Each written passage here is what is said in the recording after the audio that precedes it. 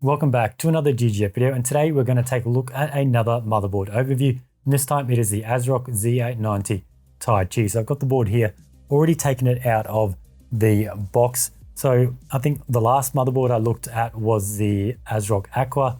That was their top of the line board. This one here is much more affordable. This is basically half price. So this is $499 US at the moment, and I think this is a pretty bang for the buck motherboard. It's got very similar features as the ROG Hero, and it is quite a bit more affordable. Now, when I say it has features, I'm just comparing features to features. I'm not comparing the quality of the features, because who knows, exactly the same sort of comparison when it comes to like the VRM modules used, the type of network adapters, all of that can vary, but I'm just comparing the parts to parts, and the Taichi is very similar in terms of the SSD support, the IO on the rear, things like the LAN, the WAN, and so on. The VRM on this one is similar. To get things started, let's just sort of see where we're going with this Taichi lineup. Now, I mentioned with the Aqua, a lot of these boards are now being grouped in to that Taichi. I would say the family name of the Taichi. Now, to me, I'm a bit 50-50 on that. I did like how Taichi was out on its own. It is a very, I would say, a very aggressive, I wouldn't say it's gamery, but it's very steampunky sort of setup. You've got all of these cogs. Although the Taichi, the purebred Taichi, this one is definitely more steampunk than the Aqua or the OCF. But if you didn't see my Aqua video, now the Aqua, the OC formula has been brought into the Taichi lineup. Now the Nova is still separate, and I think that's the only ones that have been brought into the Taichi lineup. So the Aqua had the cogs on the side here, cogs on the side, cogs on the back, and so does the OC formula. But this one definitely has been ramped up in terms of that style. We've got a little tag here. I'm assuming this is going to help to take off the M.2 heatsink around the back. Actually, I might start taking off the peels, because they're probably just going to be completely reflective. So we do have a nice heatsink on the back. It doesn't cover the full board, but it does have some VRM cooling here, VRM cooling on this side, because that's the VRM, and there's a pad under here as well. Then on the main side, I might just pull these off as well. So I don't think I've seen a board that has that many peels. So that was one for the back, that's two, that's three, that's four, that's five. That didn't come off. Let me just get that one if I can. So that's five. That is six. It missed a very little bit there. If I can get that off. Come on. 6, 7, 8. And then there's one under that one, 9. It's got to be 10. Come on. Yep, 10. And I think that is it. 10 peels on that board. Now that's looking much cleaner, much nicer, because that when you have that plastic wrap on it, it kind of gets a bit dirty and it's not smooth, and it doesn't represent the board as to how it looks now. I'll get some B-roll, of course, but as you can see, nice looking board. I wouldn't say this aesthetic is for everyone. It did have a pretty niche sort of scenario on where you would use this, but it is just a different alternative to a lot of the other motherboards out there. Now, once again, we are getting the power and reset. Now, I did mention in the Aqua video that boards of, I would say, 500 and plus should have the power reset and the post LED code. Now, I actually looked down as far as I could on the ASRock lineup, and even the Nova does come with the post LED and the power and reset, and the Nova retails for $349 US. So that could be the cheapest motherboard out there that comes with post LED and power and reset controls, which is good to see. Of course, it is the socket 1851 for the new Intel Ultra CPUs. Power delivery is 20 plus 1 plus 2 plus 1 plus 1. I believe the ROG Hero was 22, the ROG Extreme is 24, and the Aqua is 28. So this is 20, so this is still up there. It's got a beefy VRM set. The cooling for this, I wouldn't say the cooling is over the top like something on the Hero or the Extreme, or even the Aqua had that water block, but it is just a two-stage one that wraps around here. It doesn't go the full length around like the C, because it does have the M.2 cooling there. But one thing that the Taichi does have, I'm not sure how many boards do incorporate this, is there is a fan built in the back here. You can see the intake for that, or I'm not sure if it'll be intake or exhaust. I can't actually see the fan blades, or can I? Yes, I can just see the fan blade, so that way, so that is intake. It's coming in there, and then it's going to shoot through and go through that. It's not a fin stack, it's just a block of aluminum that's been CNC'd out to create like a bit of a fin stack array, and that'll go through there like that. Memory support is 4 DIMM up to 256 gig. Now, ASRock are labeling their boards for 256 gig support. A lot of the other vendors are 192. Obviously, 192 is your 4 by 48 gigabyte modules. That gets the 192. I haven't seen any 64 gigabyte modules, but apparently they are coming. So ASRock are maybe preparing for 464s, and that gives you your 256, and that's up to 9600 mega transfers. Of course, that's going to be including OC. And then once again, we have CU-DIMM support. That's going to be standard on all these Intel boards. That's the latest UDIMM variant, and it incorporates a clock driver on each module, and that improves signal integrity. I pretty much said the same thing in most of these videos. Now, ASRock do feature their new memory OC shield. That is basically an EMI shield to help memory OC. Whether or not that does anything, I think time will tell to see once we get some actually dedicated reviews. It will be hard because being this new sort of lineup of boards, we don't know if this memory OC shield is helping, or is it more the fact that the CU-DIMM is helping. So I guess you'd have to be testing modules that don't support CU-DIMM and see how well this memory OC shield does work. Moving down, I don't want to spend too long on these boards because I think some of my previous ones dragged out to 20 or so minutes. For the PCIe layout, we have 2 physical by 16s. Now, they're not both electrically 16. The first one is a Gen 5. It is electrically 16. The bottom is a Gen 4, and that is fixed at a by 4. Something that's new that ASRock has finally caught up. They're calling it an EZ release. Everyone has a different name for that. ASRock are calling it EZ release. Only on the primary, that's normally all you need it on, and that just pulls out like so. So the secondary is locked to Gen 4. And the only sharing that's going on this board is the Gen 4 is shared with M.2 number 4. So when the PCIe, this slot is used, you will lose your M.2 4. If you're not using this slot, you will be able to use every M.2 slot on this board, and you won't affect your primary by 16 slot. That's going by their spec sheet on their website. I think that's the only board so far I've covered where if you deck out everything, you're not dropping your primary slot down from 16 to 8. Every other board I've looked at, you normally go drop this one down to 8 from 16. This one normally goes from 8 to 4, but this one is a little bit different, which is good to see. Moving on to the M.2 layout, there is 6. So let's start breaking this down and having a look. Now, we've got the new ASRock quick release. Now, these are a bit weird. I kind of feel this is in a weird spot over here. I think it would have been better if I take this off. It does make it hard. If it was like this, I'm not sure your thoughts. If it was like that, much easier to reach over here. You could just grab it, because when this is in your case, this is going to be jammed up sort of on the side of your case at the rear. It is going to be a little bit tricky. Now, when it comes to sliding these, so this one slides in, but this one slides out. Although they're the same direction, I'm not sure if that's intentional, but to me, I would kind of feel that this one should slide out, and then you can take it out with one hand. But by sliding it inwards, it makes it nearly impossible to try and take this out by one hand. I'm gonna see if I can do this. It probably looks a bit weird. Yeah, there's no way I can get that out with one hand. So I need to pull it and then lift it like that.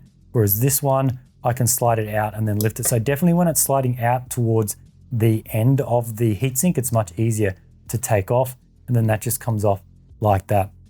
So now let's count all these. We've got 1, 2, 3, 4, 5, and then 6. There's another little interesting card, which I'll talk about. And I believe this comes with the Nova as well. Now these also feature ASRock's new, I don't know what they're calling this, but it is now a toolless M.2 installation. Just drop it in like so, and then you can just spin that around like that. Finally, we don't need to use those little M.2 screws for ASRock boards. I think they were the last to implement this, but hey, better late than never. Let me just put one more in. like so. All right, I just want to check one thing. I noticed that when I covered the ASRock Aqua board, the bottom heatsink for the 4 or 5 M.2s, I believe it was 4 at the bottom, 1 there and 1 up here. So 4 at the bottom here. There were 4 screws to hold this in, and I mentioned that when you're using screws to hold in this block of heatsinks, you're going to get much more uniform pressure on all of those drives. Now this one has just one release mechanism, so one tie down point. I just want to see how much flex there is. Now it's not that bad. I actually don't have all of the slots populated, so let me just put in one more in this one, because yeah, the reason why you see some boards that don't have the quick release on that massive plate is it's just harder to get that even pressure for better cooling over all of your drives. Now, is someone going to deck out every drive in this slot? No, but I guess it's probably a good idea to at least prepare for it in case someone does. So that's all jammed out. That looks pretty cool. 1, 2, 3, 4, 5. Let me drop this back in. Oh, you got to wait for that to slow back. So that doesn't feel too bad. When the drives are out, it does have quite a bit of rock, because obviously they've allowed for that extra play for when the drives go in. Now, I haven't taken the little bit of plastic off, so normally, like these pads aren't adhesive, but they're normally quite sticky. So once you get this in, you squish it down. I don't think that is going to move at all. So that is a pretty good solution there. Now, another cool trick with this board. Now, we all know these quad M.2 cards exist, but you might notice that this is a by 4 slot. Normally when you have a quad M.2, it's a full 16 byte slot. You normally split up all of your 4 by 4 by 4 by 4 by 4, but this one's a bit different. This is a by 1 by 1 by 1 by 1. So you are splitting your Gen 4 drive down to 1.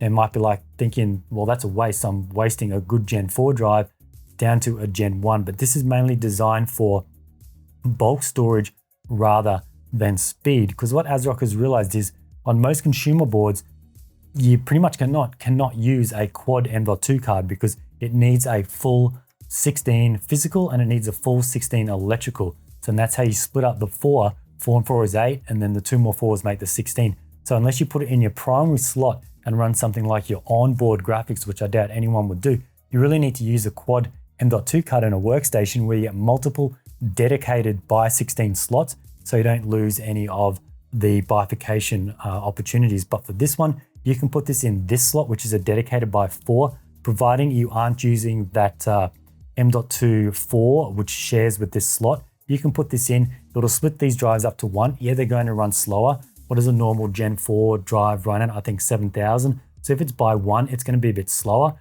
But if you pack these out with say 4 terabyte SSDs, you're going to have a 16 terabyte array if you do RAID 0, and you're still going to be hitting say roughly 7,000 megabytes a second to utilize that full Gen 4 slot. So even if you're transferring from another drive, you're still not going to run into any speed issues because you'll still be running at 7, and then you'll still be running at, say, the max all these will do. Well, 7, obviously your Gen 5 is going to be faster. The primary slot here is Gen 5, all the rest are Gen 4, and that's probably how ASRock have got around a lot of the lane sharing issues on this board, whereas they've only got 1 Gen 5 slot, whereas a lot of the other boards I've checked out normally have at least 2 or 3 Gen 5 M.2 slots. So that's when more lane sharing is going to occur, when you see the specs say, if this is used, if this is used, if this is used, this slot will be reduced, this slot will be reduced, whereas this is just one thing will be shared,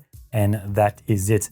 ASRock have also added temp sensors. I mentioned this on the Aqua. You actually get 3 of these little probes, and they go down here, temp sensor 1, 2, 3. These ones are just air ones, so you can put this at your intake, you could put this at your exhaust, and you can also put these into a plug in a G-quarter thread temp sensor for a custom loop. You can put that in somewhere like a spare port on your GPU. Normally a GPU on your terminal, you have 2 at the top, 2 at the bottom. You can put one in a spare port, plug it in there, and you can read your water temp. Nice to see that. Rear I/O on this board.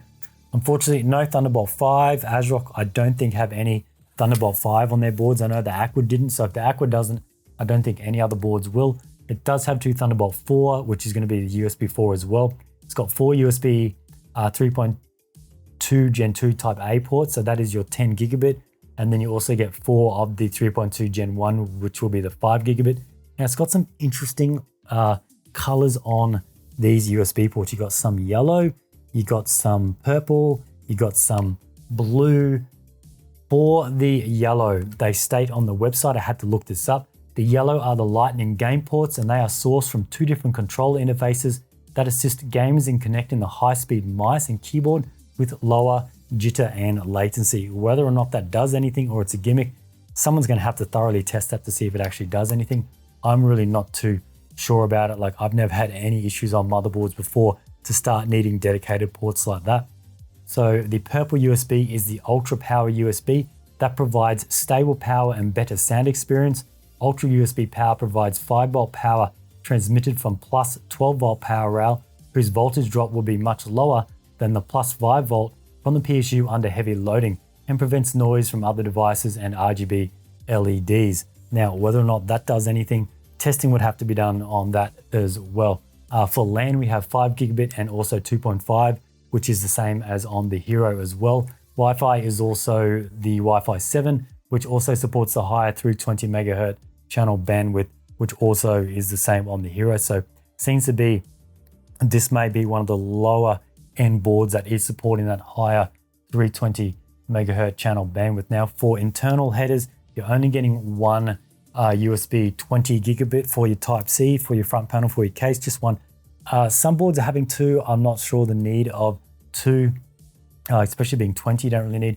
And then we also have 2 of your standard 3.2 Gen 1 for your Type A. We got one there, and then one right angle. It's always nice to have a right angle and then a normal one as well. But I think that's pretty much it on the board. Didn't want to go over too much in depth. Like, there's so many other things I could talk about on this board, but these are things like fan headers. We all know you get your standard USB down there, 24 pin, dual 8-pin EPS at the top, all your basic stuff. Now for the price of this board, this is $499 US, which I think is quite affordable for the amount of kit you're getting on this board. You're basically getting no lane sharing at all. You're just going to either lose that bottom slot if you use the M.24, that's it. So you could potentially not use that M.24, so you'd still get 1, 2, 3, 4, 5 drives. You'd get 5 drives, and you could throw this in and you could get another 1, 2, 3, 4, and that would give you 9.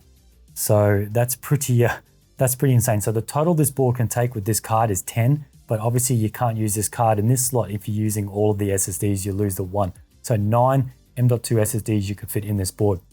Now, another bonus at the moment that Newegg are doing with this board, if you get this board off Newegg, they are throwing in a free Corsair kit of memory. That's a 2x16 gig kit, so 32 gigabytes of memory, and that is a 6400 mega transfers kit. So that's pretty nice to see. So that kit, I think, retails for $130. So if you do need a combo, that could be a solution for you. But anyway, I think that's it on this video. I want to thank ASRock for sending these boards out for me to take a look at. I want to thank you guys for watching, and we'll see you in the next one.